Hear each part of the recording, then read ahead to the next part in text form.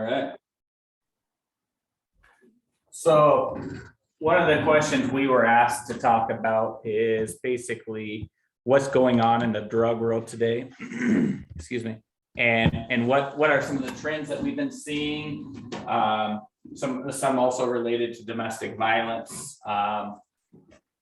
But so right now, I don't know how many of you guys are familiar with the new laws that went into effect July 21st of this last year.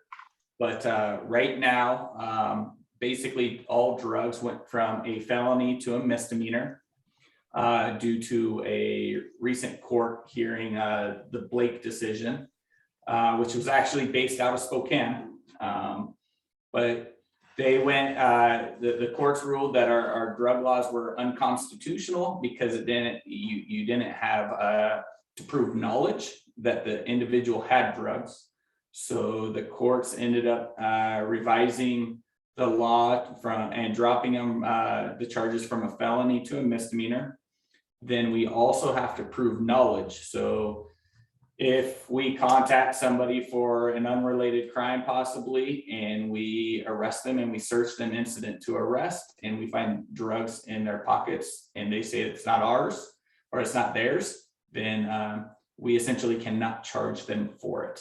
Or if they said they didn't know the drugs were on them, we have to prove knowledge. Some of the other things also is that they have to be contacted twice, and it's documented. And then the first 2 times we can't charge them with that misdemeanor crime. We actually have to refer them to counseling. The interesting thing about that right now, I'm not aware of any system that is tracking how many times an individual has been contacted for drugs and given a warning. So right now we may contact somebody, and unless it was the person we've already given warnings to, we have zero idea of how many times that individual has been contacted for the drugs. So now it's essentially made it to where we can't charge even a misdemeanor crime. If it was known that this person had been contacted twice, it then would go to the courts and the third for the third time, and the courts are then recommended to also refer them to counseling on the third time. So essentially the first 3 times, if we can prove they've been contacted for drugs, they will not be charged essentially. So what that ultimately means is that nobody's getting charged with drug crimes at all anymore. So that's not just your marijuana, that's your meth, that's your fentanyl, that's your heroin, that's your hardcore drugs that, you know, we're seeing. We're showing up on one of the common ways we're seeing, obviously with fentanyl and opioid usage. We're seeing high trends in that. And crack cocaine. I've been in law enforcement over 20 years, and this is the first epidemic of crack cocaine I've ever seen. Yeah. So we're responding to a lot of people that are passed out, overdosing in their vehicles. We'll arrive and basically we assist fire. There's not much that we're doing with drugs. Before July, we were actually seizing vehicles. All it took was paraphernalia. So if we saw a syringe or we saw burnt tin foil, we would seize the vehicle, apply for a search warrant, and search the vehicle if that search warrant was granted. But now if it's in plain view, we might seize the drugs because it's still illegal to have, but there's no teeth behind the law really. So even though it's illegal to have, we'll seize it and destroy it. I don't remember the last time anybody in our department even charged anybody for drugs. And we contact people for drugs on a daily basis. And it doesn't just stop with the drug usage. Obviously, it's these people that are, I'm sure you guys have all seen them, go to Walmart any time of the day or any other business. And if you look, you'll see people passed out, slumped over in vehicles everywhere you go, residential streets. They're everywhere, and we can't do anything about it anymore. But when they wake up, they don't have jobs or anything, so they go out and they're the ones that are out in your neighborhoods, prowling your cars, breaking into your houses, stealing whatever they can. That's all they do all day and all night long. So it doesn't just stop with them using drugs, it continues. It's out of control.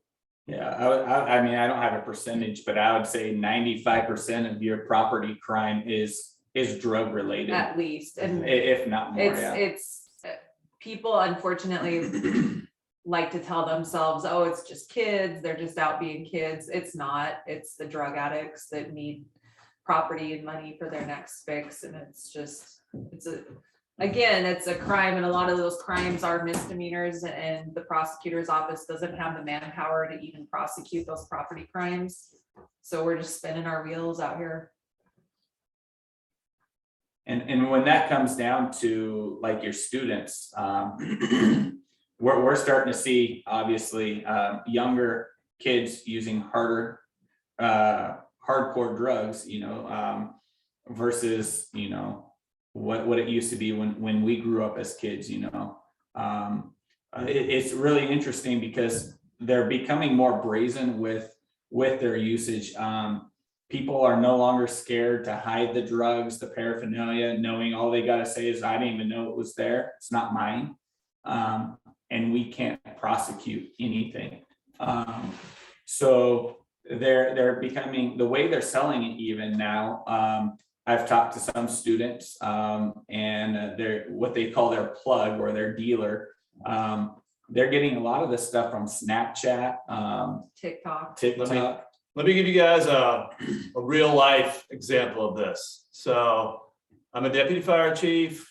My kid has ridden along with me. I've been an EMT for 15 years. He knows the dangers. Last year, we caught him with a concentrated pot vape or vapor pot pipe. He had sworn up and down he'd never do drugs, he'd never try them. He's 14 years old. He's at a middle school. He was smoking it. Finally found out where he was getting it. A fellow student, same age, and the kid's dealer was his parents. So his parents were buying him drugs to sell to other students in the school. This is where you guys are going to see this stuff. It's not a high school thing anymore. It's not a college thing. It's everywhere. And the problem is kids this age have no idea how bad. My son's been exposed to it. He knows about it. And he still was like, oh my God, not going to happen to me. And I'm not going to say all, but most of the drug addicts that I run into didn't plan on doing opioids. They just plan on smoking dope. So it is a stepping drug because of the potency of it. And it does go into domestic violence and theft and all that. So. And we could tell war stories all day. I just have to throw one more out there. Just recently we had, long story short, I'm not going to get into all of it, but a senior in high school, we've come to find out, is dealing in guns, stolen weapons, and fentanyl. And it all stems from his parents as well. A whole ring of stolen guns and drugs, and his parents are fully involved in it. And he's bringing it to the schools. Yeah, so you guys, it's not parenting like it used to be. So you get it from both sides. Let me go through Anything some stats. else? Yeah, go ahead and throw some stats. All right, out there. Erin has some good information on domestic violence she wants to talk about, but since we're on drugs right now, these numbers are from 2019.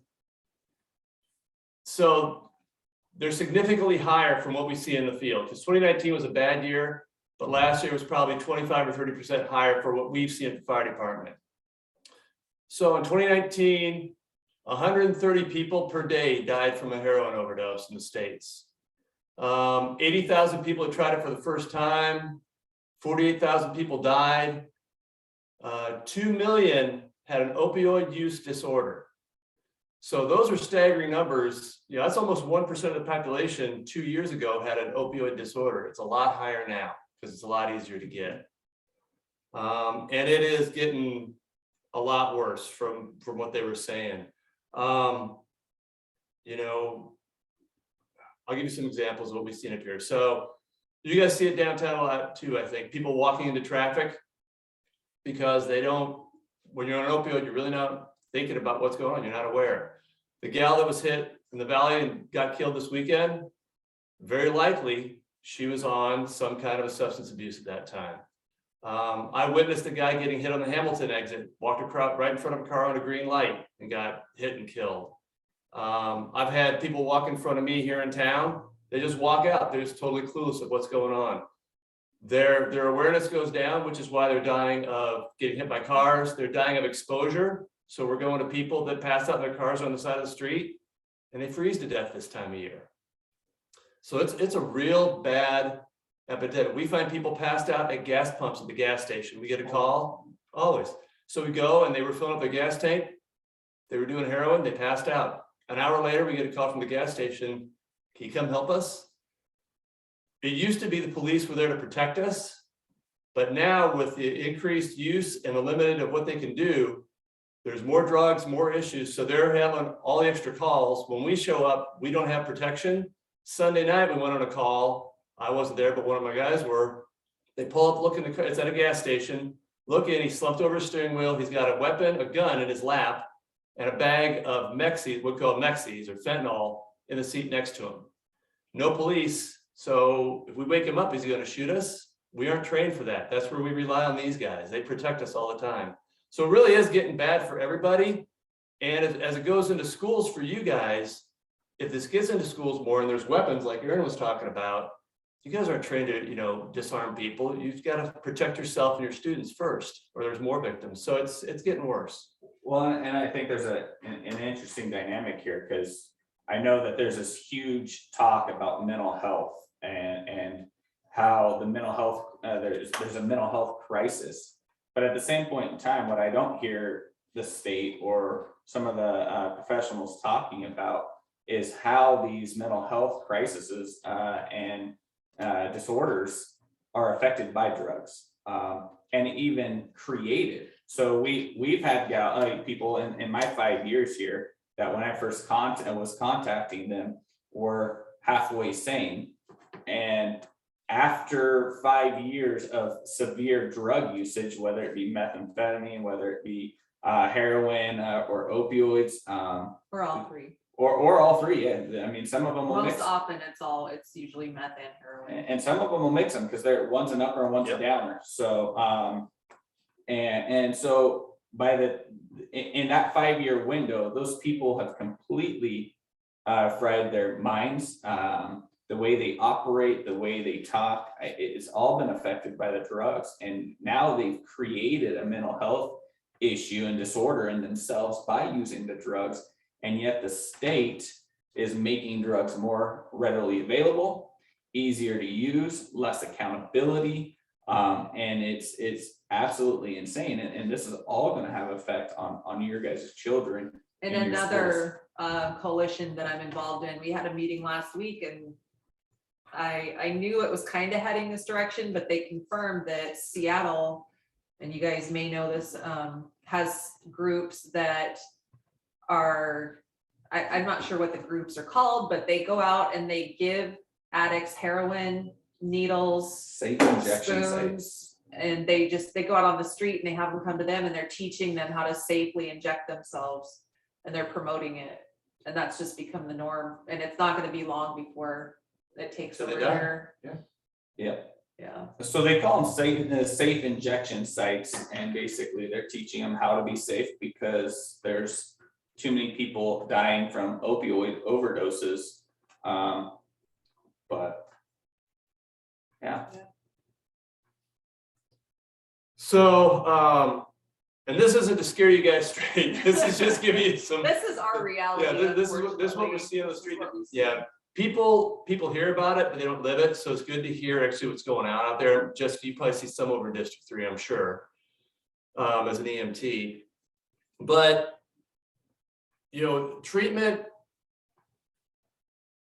I guess they're not treating people anymore. They're giving the needles.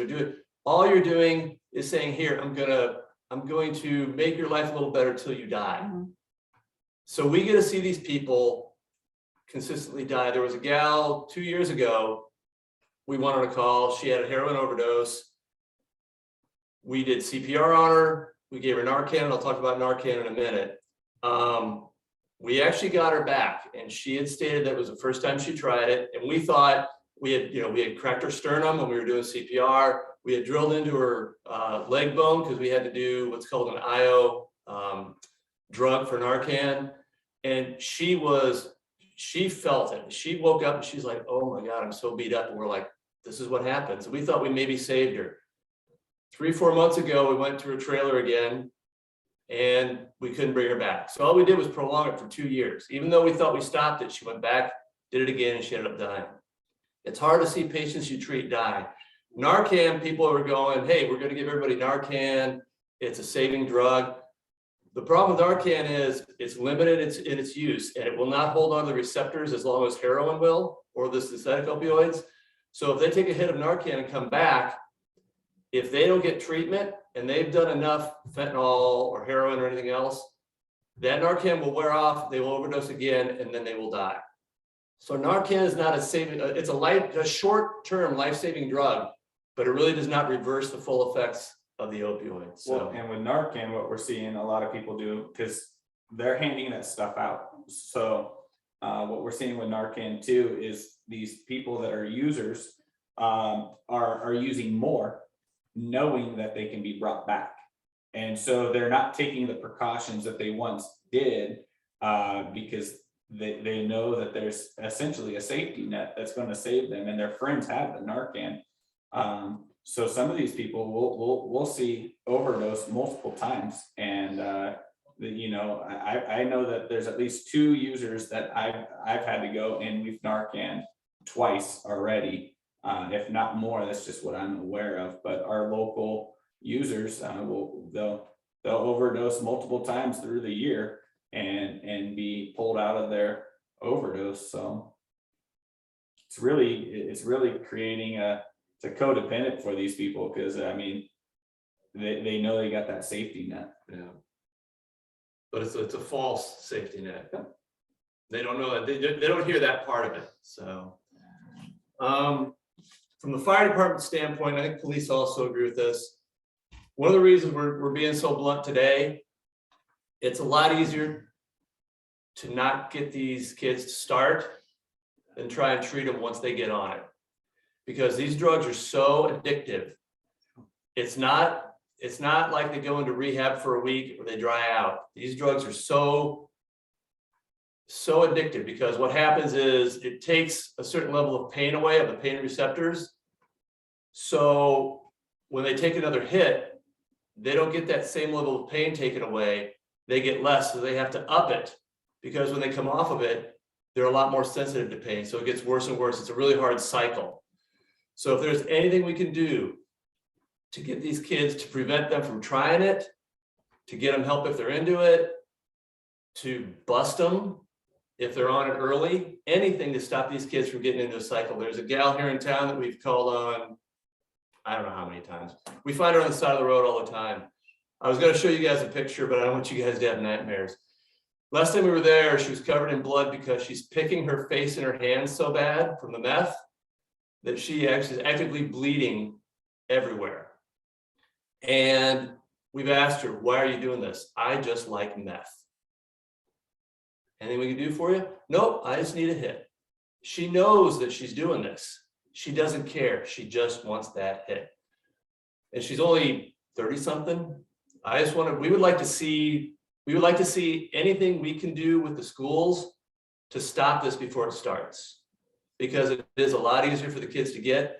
And with parents being involved now, which is insane to me, but with parents being involved, it's, how do we stop it? So open to all ideas, and we'll help wherever we can.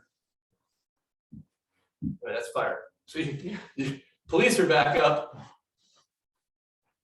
Does anyone want to ask anything about drugs right now, or do you want to wait till the end? Yeah. What do you prefer, Erin? I do have a question, but I'm writing them down. We're open. Okay.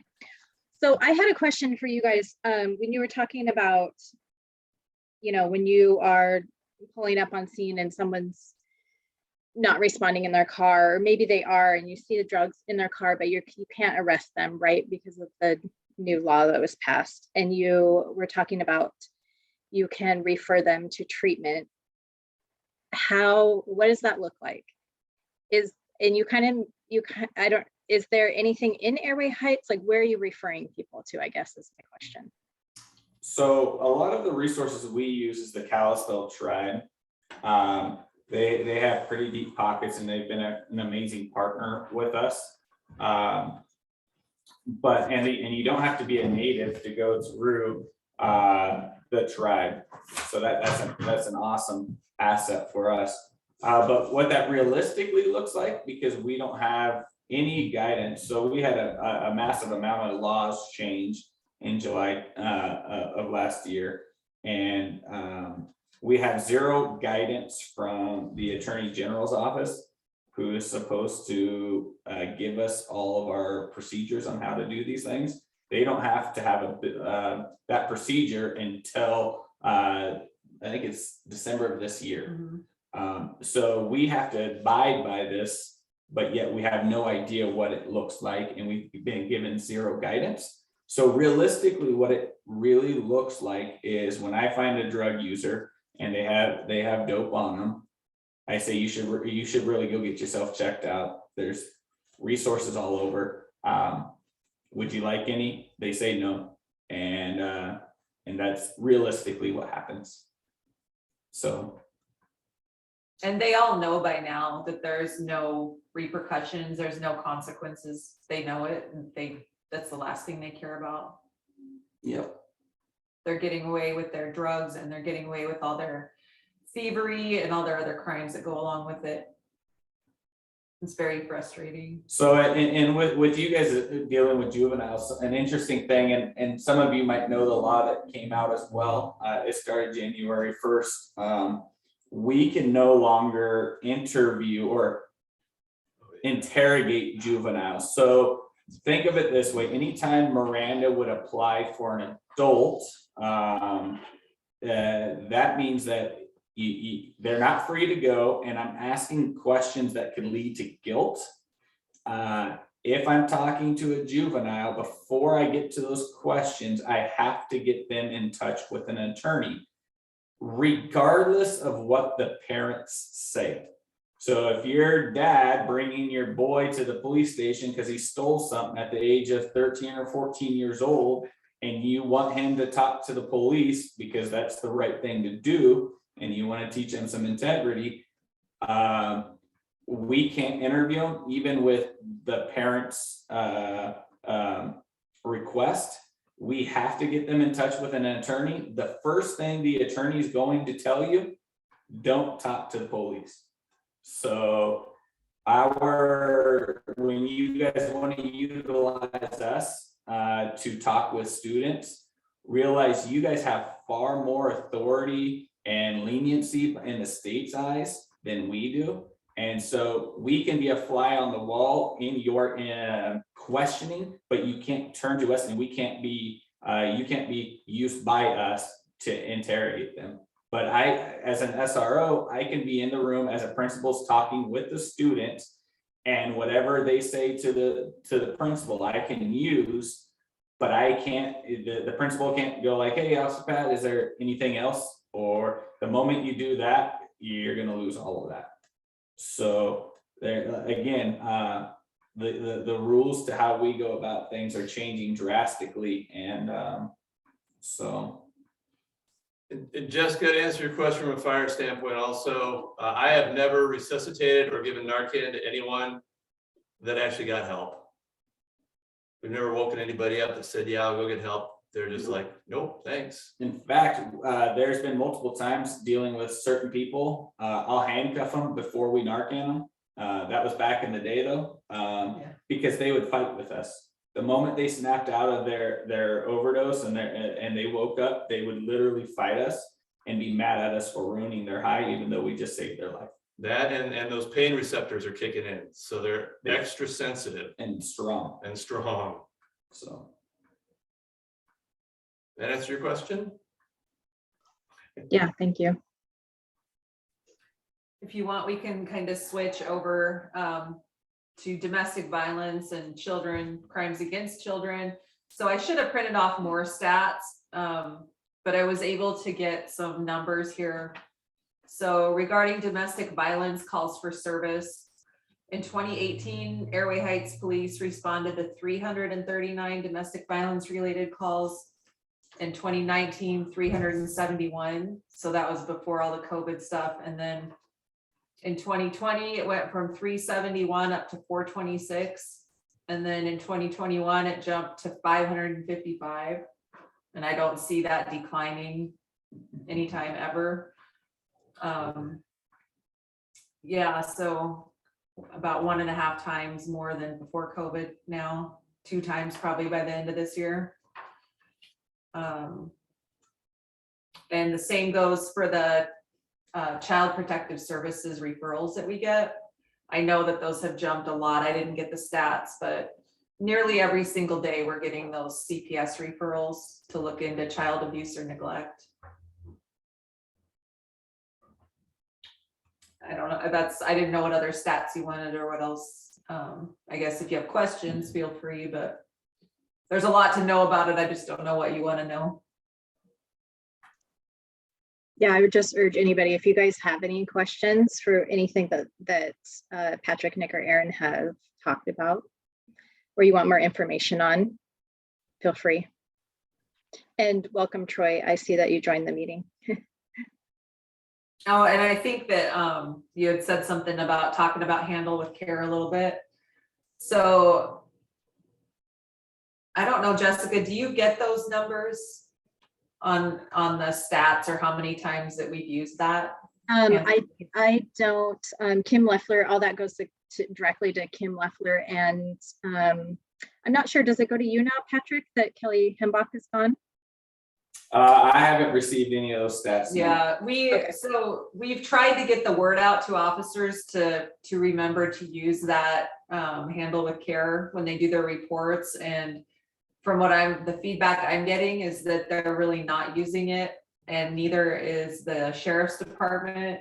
So both agencies are trying different tactics to try and get officers to remember to hit that Handle with Care box when they do their reports. Because it is a really, really good tool, and I think that it could have some positive impact. It's just a matter of, and I know officers are super busy, and we already dump so much on them that they have to do report wise and paperwork wise. So we do have some training coming up here in the next month or two to try and really hammer that into them so that they can start using it better.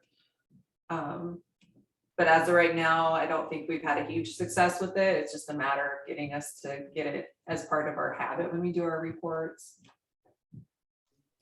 Yeah, and Erin, do you want to give a little blurb on what Handle with Care is? We have a couple new people on the call. If not, I can do it also.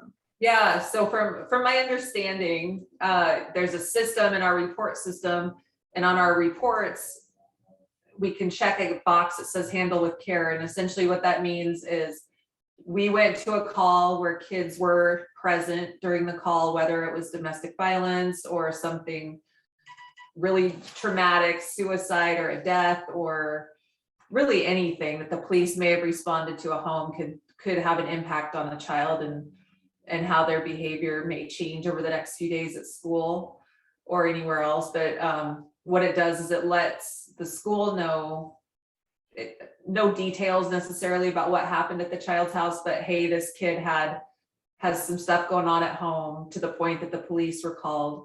So if you notice their behavior changing in class the next day or throughout the next few weeks, just handle them with care and know that they're having some stuff going on at home, and they can get some extra counseling at school, or we can put them in touch with other counseling resources. So just one more step for us to try and help them after the call that we go to. Yeah, that's perfect, Erin. And that's a partnership with the Spokane Regional Domestic Violence Coalition. And the plan is, because I know I've talked with a couple, working with a lot of the fire departments lately, talked with a couple of chiefs, and they're like, well, why are we not doing this? Because we respond to a lot of calls that police are not at, and so it's coming. It's just one of those programs where we wanted it to work good, starting with you know, the police department. And so like you just heard Aaron saying, you know, it's hard to get everybody on board, especially with Cheney School District, because we're working with there's a lot of different police and fire departments really that are serving our community. So it's coming eventually. So I'm glad that you talked about that, Aaron, and thank you for letting the coalition know about that. So Jessica, are you tied in with that handle with CARE then? Are you part of like a board or something? Yeah, I work with Annie Murphy she's the director of the Spokane Regional Health. I mean, violence. Yeah. Have you spoke with any street cops that are actually responding to these calls and asking for input on some of the reasons why maybe they're not reporting these things? Because being an officer that responds to these calls, I'll tell you that, like, I can give you my perspective on why some of that's not successful. Yeah. So I have not, Annie. I wouldn't say we dropped the ball. We just literally moved on to something different, and we need to come back and we need to visit. Okay. I know the Cheney Police Department has been doing a good job at reporting, but their system looks different because they don't use, I forget the name of it. New World. Thank you. They don't use New World. So they have their very own email that goes directly to the Cheney School District. So that has been, for some reason, easier for them to connect with Cheney School District. But I would love to connect with you, Patrick, and talk about that. And then I can bring that back to Annie. And I know the Sheriff's Department is not using it. And I talked to Annie and she agreed. She was very excited, actually. I'm gonna get her out here to every month there's 2 training days that our department has so that everybody gets trained on the same stuff. She's gonna come to one of those or 2 of those training days. And I thought maybe with the head of the program here, she could persuade officers to use it more. Right, and she's very well excited to do that. So hopefully that will help a little bit. Okay, yeah, I can assist with however as well. So I'll connect with Annie also. Yeah, I'll let you know. Nick, I had a question, well, I guess for Patrick and Aaron also, in the Narcan piece that you were talking about. And I know, Nick, you had said you were going to talk more about Narcan. Maybe you already did talk about what you were going to talk about. But what would you guys say on average is the amount of Narcan that you're using per day? Well, separately, because the police have their own, and a lot of times they're first on scene. And if they are, they'll use it. In a lot of cases, we won't even be called because they've taken care of this. Our police are out there all the time doing this stuff. So I'll let you guys answer first.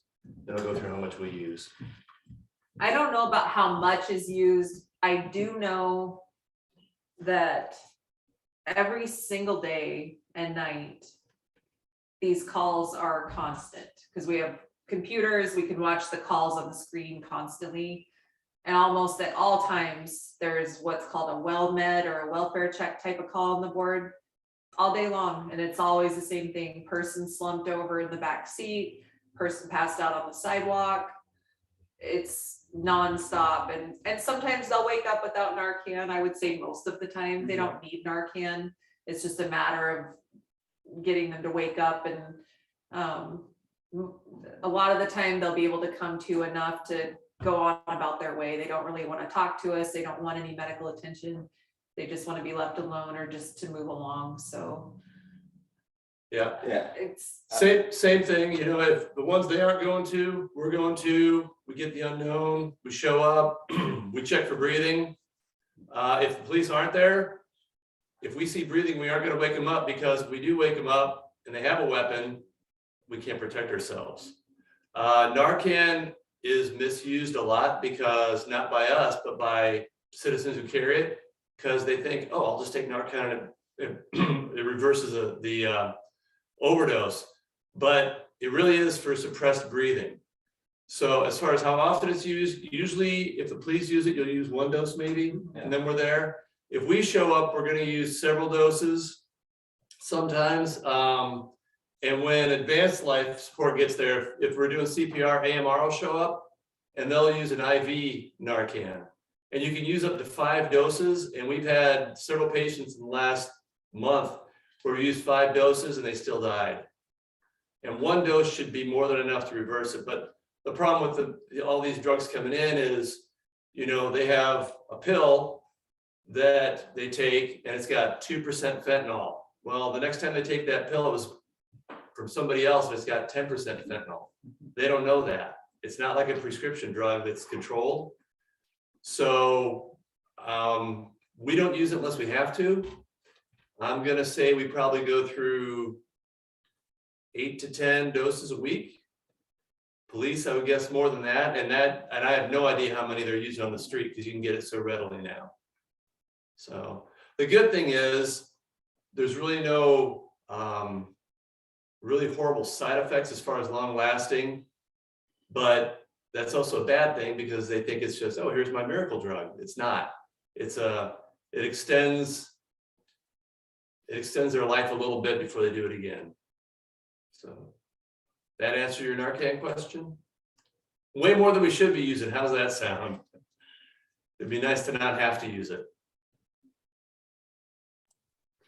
I had a question. Do you guys, is the DARE program still around, or are there ways to get into the elementary, middle school, you know, try to be preventative and proactive with the message, or the funds and resources went away with that? My understanding with the DARE program, I haven't heard of a DARE program in a long while. That is some of my goals. So obviously, I'm the school resource officer for Sunset, Snowden, Windsor, Westwood, and 3 Springs.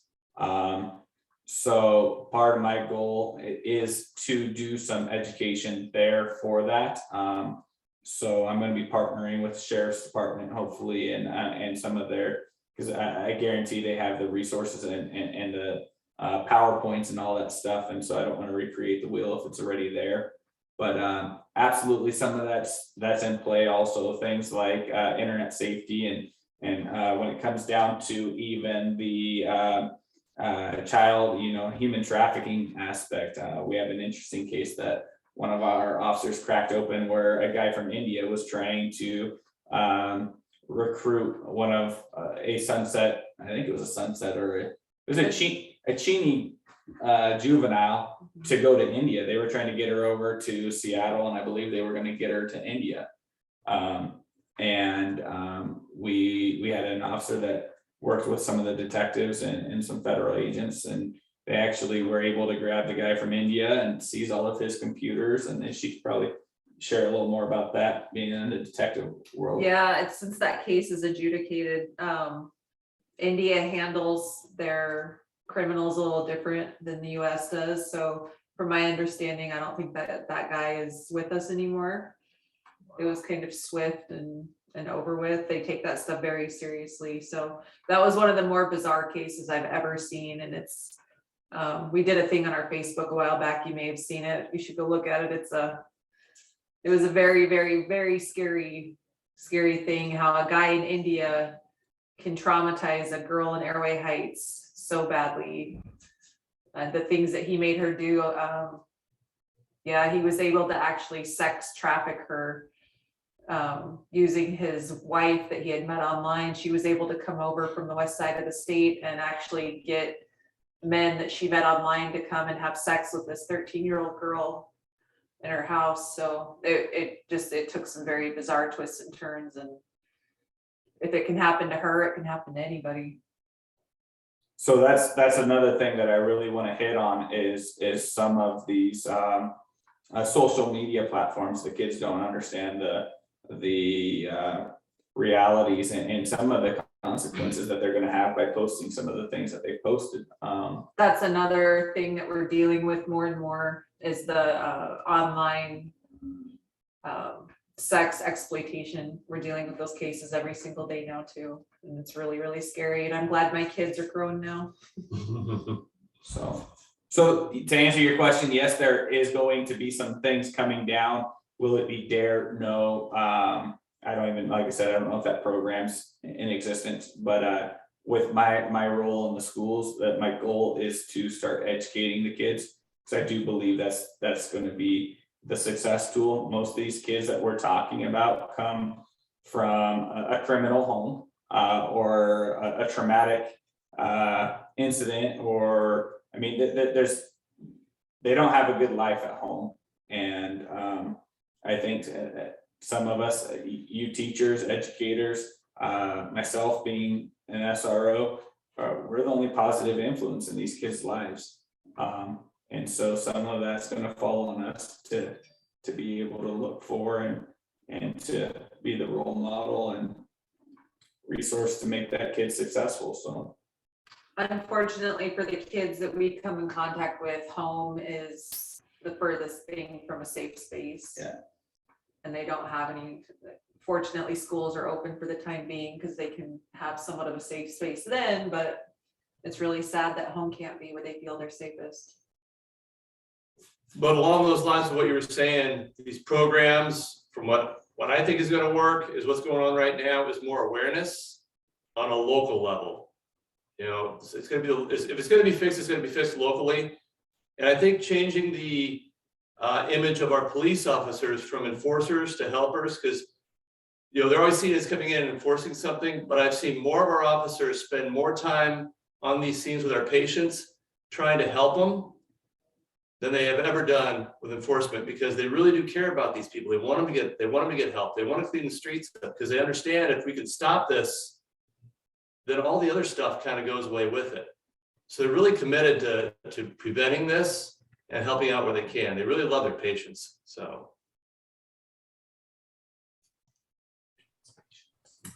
Hey, Patrick, you and What's I that? will also connect on a side note because I do have funds for prevention. So I'd like to connect with you with the sheriff's department or whoever you had in mind to come into the elementary schools or the middle schools to do prevention work. okay. So we can One- connect offline. Yeah. One of the things that I could, I mean, I'm not a big social media guy, so I think I got a Facebook page and that's it. But what I would love to do is create a fake Instagram page. Because I know Instagram and Snapchat are some of the more popular platforms. TikTok, yeah. But if I can infiltrate because there's no expectation of privacy when it comes to any of those social media platforms. And so whatever information I can gather on those platforms, you know, we'll start to be able to figure out who some of the players are. We can start to figure out, you know, some of the troubled children, what's going on at home, you know, because they air everything on their social media pages now. So if there's resources, Jessica, that are really good with tech and able to do that, some of the interesting things that we'll run across though, I got to figure out if I were to copy somebody's photos and make an Instagram page, I got to be careful of how that would work. If that's even legal, if I can steal somebody from North Carolina's, you know, Instagram page and all their pictures and put it on my account, there's no expectation of privacy, and there's no, I don't think, any copyright laws that I'd be, but it's kind of a gray area, and so, but yeah.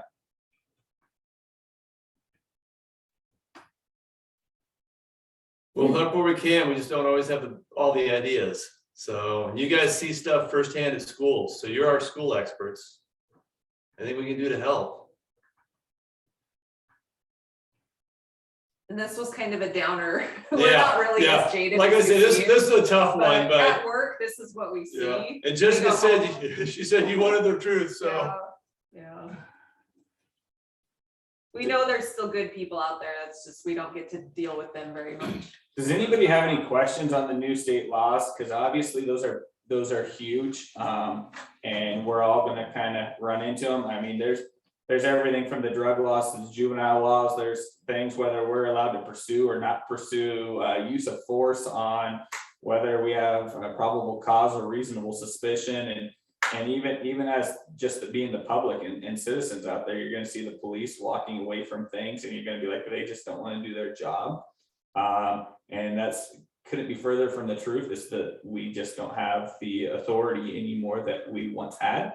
So if you guys have questions on that, we're here for you right now to answer any of those questions.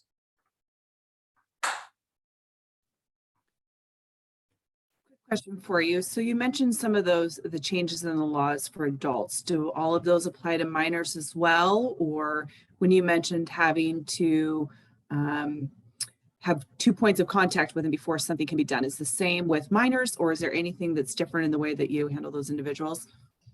Well, my understanding is, so if we're looking at criminal, right? So if we're looking at possession of a controlled substance and yeah, so I mean, you would be looking at charging a juvenile with a different charge, right? Yeah, they can still be charged, like with the marijuana for sure, they have to be 21. There's a separate law Yeah. in regards to that. So Yeah. we're specifically talking about possession of a controlled substance. So the marijuana laws, it would be like kind of like a minor in possession of alcohol or an MIP, or even your vape pens. We could charge a kid for that. But the repercussions through the court are not gonna be, they're Yes. pretty much going to be laughable. They're gonna be treatment probably at best. At best. But if we were to, if you had like a 12-year-old with meth, I think that would still fall under the same laws as the adults, where we would have to give them warnings. I mean, obviously, we'd probably be knocking on the door for their parents, and you know, there'd be some follow-up there. But when it comes to like marijuana or cigarettes or alcohol, which is an interesting thing, right? We can charge them for that, but if they're in possession of meth, we could not. It's insane. Mhm.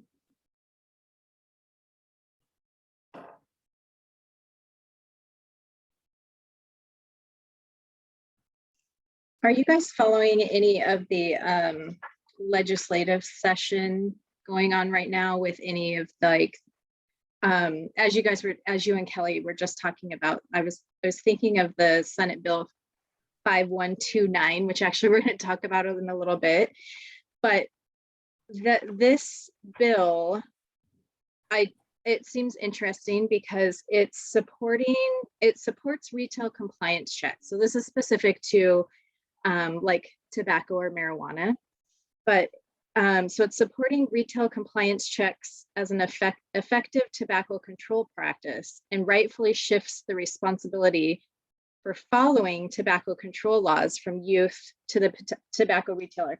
So basically they're trying to pass this bill that is going to create a practice for retailers not to sell to minors. That way, if a minor gets caught with it, it's not the minor's fault, it's the retailer's fault. Does that make sense? What was the House bill number again? 5129. I have not heard about I that have one. not either, but I'm not surprised. Yes. Yeah, so we're going to talk about it in a little bit in the meeting, but maybe, I mean, I'm just curious as law enforcement perspective, right? Or SOR, right? Like being in the schools, and maybe Jeff and Troy, you guys even, and Kathleen, you guys even have, I mean, obviously you have kids that are using at school, right? But what is that? I mean, what are you guys' opinions on that? Well, so what we're seeing is that responsibility is being taken away from individuals. Everybody's victims these days. Whether it's a victim of an addiction, the criminals that we refer to as criminals, he refers to them as patients, which was I kind of laughed at, because they're not our patients. They're criminals and they're breaking the law.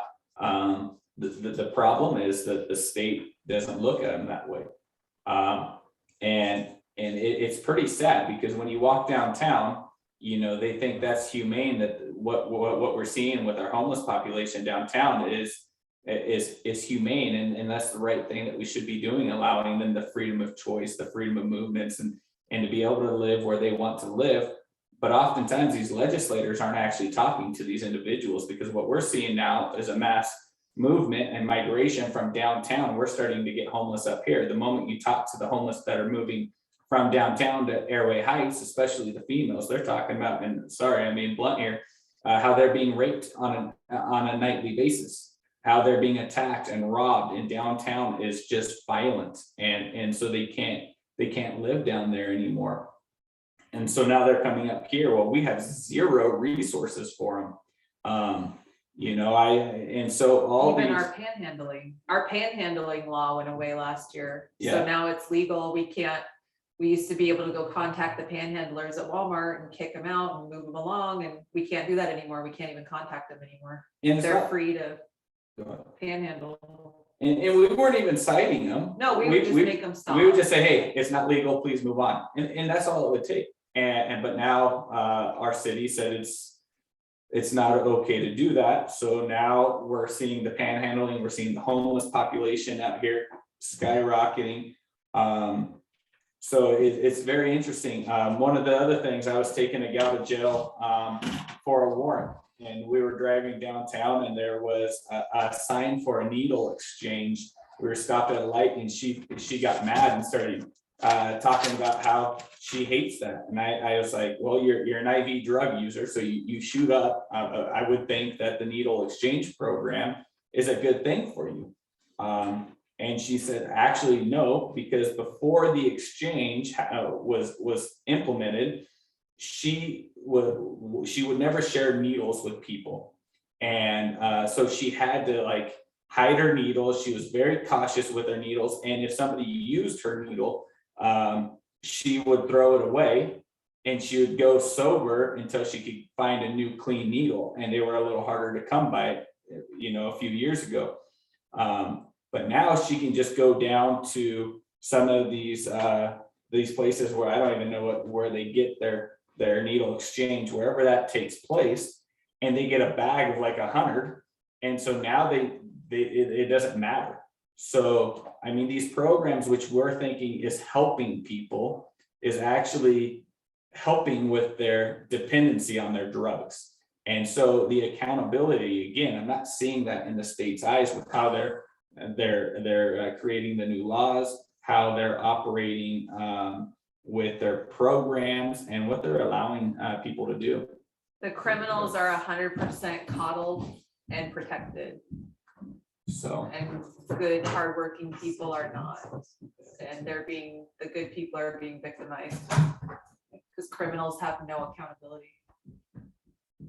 And this brings up another point from fire side or EMS side, is with the increased amount of needles, we have an increased amount of biohazard in our communities. Don't let your kids go do litter cleanup anymore. If you're gonna do litter cleanup around your school, make sure you guys have proper personal protective equipment. Don't pick up stuff. It's got hepatitis, it's got HIV, it's got all kinds of stuff now, and it's laying all over. Not to mention it still has fentanyl and heroin. And the drugs in it, yeah. And it doesn't have to be a needle. It can be a piece of tin foil with fentanyl on it. And if these kids pick it up, or if you guys are cleaning up garbage, you know, if you go to school and there's a pile of garbage and some bottles and stuff in a corner, don't go grab it and throw it away. Make sure you guys are protecting yourself. Yeah. And when it comes to the tin foil, I don't know if you guys have seen it, but the tin foil that they use to smoke the pills and their dope off of, it'll look like it has like a snail trail of like burnt material on it. So it'll be a piece of tin foil, normally like 4x4, and it's gonna have like a twisty little trail on it, and it'll just be like black char. And that's gonna be your foil that they're using to smoke off of. So there will be drug residue on there that could hurt you. So, but I mean, we talk about having a plastic bag issue. We have a syringe issue, and I mean, I can't tell you how many times I get a call to go to a park and pick up syringes or the side of the road. We can't do it all. They're So, everywhere. Yeah. I do have a question about the tinfoil, because we deal with that a lot at the public library. We find it in the bathrooms, around the library, and staff just gear up in PPE and, you know, put it in a biohazard bag. But should we be doing anything else around the surface to clean in the bathroom to keep it safe for others that are using it? Boy, that's a tough one because there's so much everywhere. It truly is by definition a hazardous materials environment, but you can't over clean everything every day. Biggest thing is get rid of the raw material. If there's any powder, leave it and call the fire department. Don't touch the powder. Don't touch the powder. Hopefully it's always just a residue that you can clean up. If anything, if you've got a biohazard bag, you've got your PPE on, some bleach water with something, a rag you can throw away, wipe it up and throw it away and seal it, but don't touch it. If it's a powder, it could go airborne, so don't do that. And if there's a sharper needle, this is what the fire department's here for too, guys. You can call the fire department or the police department. We have sharps containers, we'll come get that stuff. So keep yourself safe. The worst thing you want to do is get sick from something that's not your fault. So. Okay, thank you. You bet. And if it's a big deal, definitely call 911.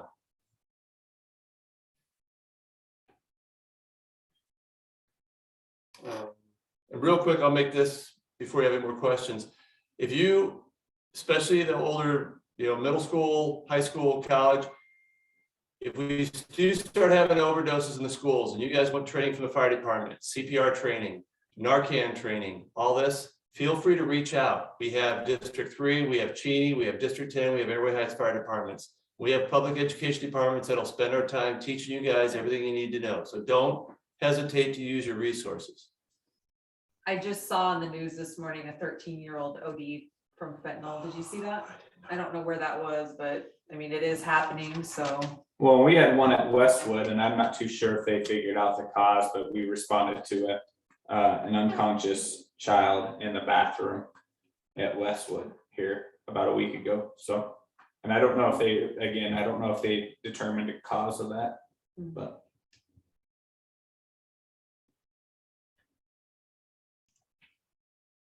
All right, well, you guys are kicked out. You're just, We went way over, sorry. Way over. no. Thank you, everybody, though. I'm totally teasing. I didn't want to stop you guys because it was such a good conversation. So, and honestly, if you guys have any other questions or want to hear anything else, we can take the rest of the time and do that. And I can just email you guys the information that I had for the rest of the meeting. It's not a big deal. So does anybody have any other questions or anything for Patrick, Nick, or Aaron? Thank you for being here, you guys. It's really great information. We appreciate what you're doing. I know it's not easy out there. Hopefully we can work with you, get some solutions, hopefully.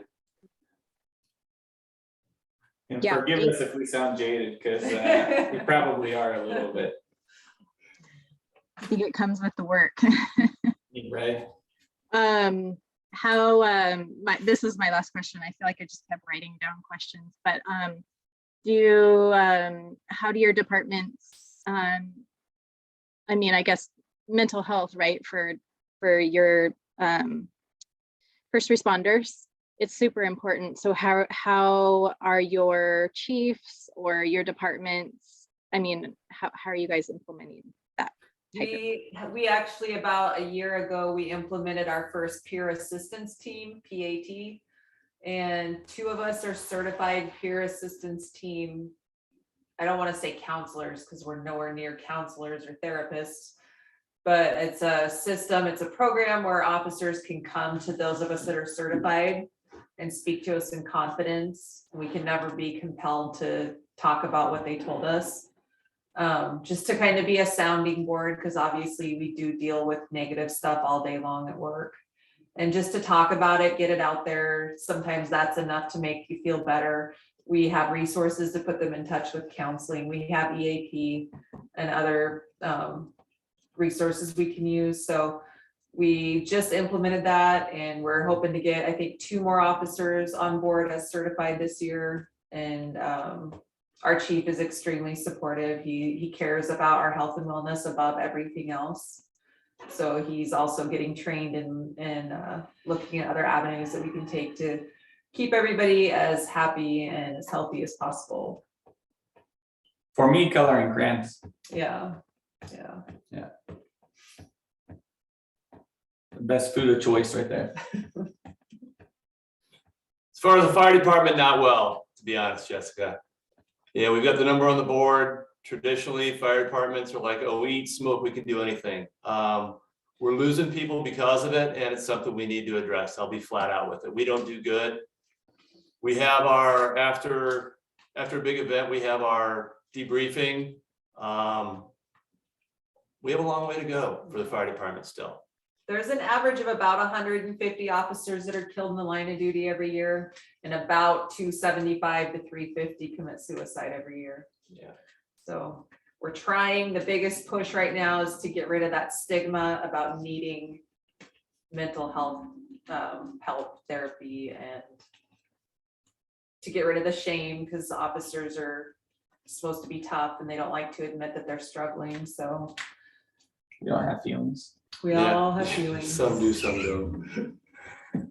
But the good thing is like this, we're more aware of it in the last couple of years. And I think the awareness is what's going to make it change, because people are now talking about it for a change instead of saying, oh, it's not going to affect us. It is affecting us. So Right. just like what we're doing here with you guys, the more we talk about it, at least people are more aware of it, can see it. Yeah. So, Well, we appreciate you all, and thank you so much for joining us today and giving us a little tiny blurb into your daily. you're doing it too. You're the fire department. Little Don't tiny. sell yourself short. We'll try Yeah, to but get a ray of sunshine next time. Yeah, for those of you who don't know, Jessica just graduated from recruit to, Okay. oh, I shouldn't say that. Yay. Congratulations. I did. Yes. Thank you. Thank you. Yeah, thank you so much, you guys, for being here. And you are welcome to hop off, you three, and I'll just keep these guys for a few more minutes. All right, thank you, everybody. Good night. Bye, guys. Yeah, Thank you. bye. Thank you, guys.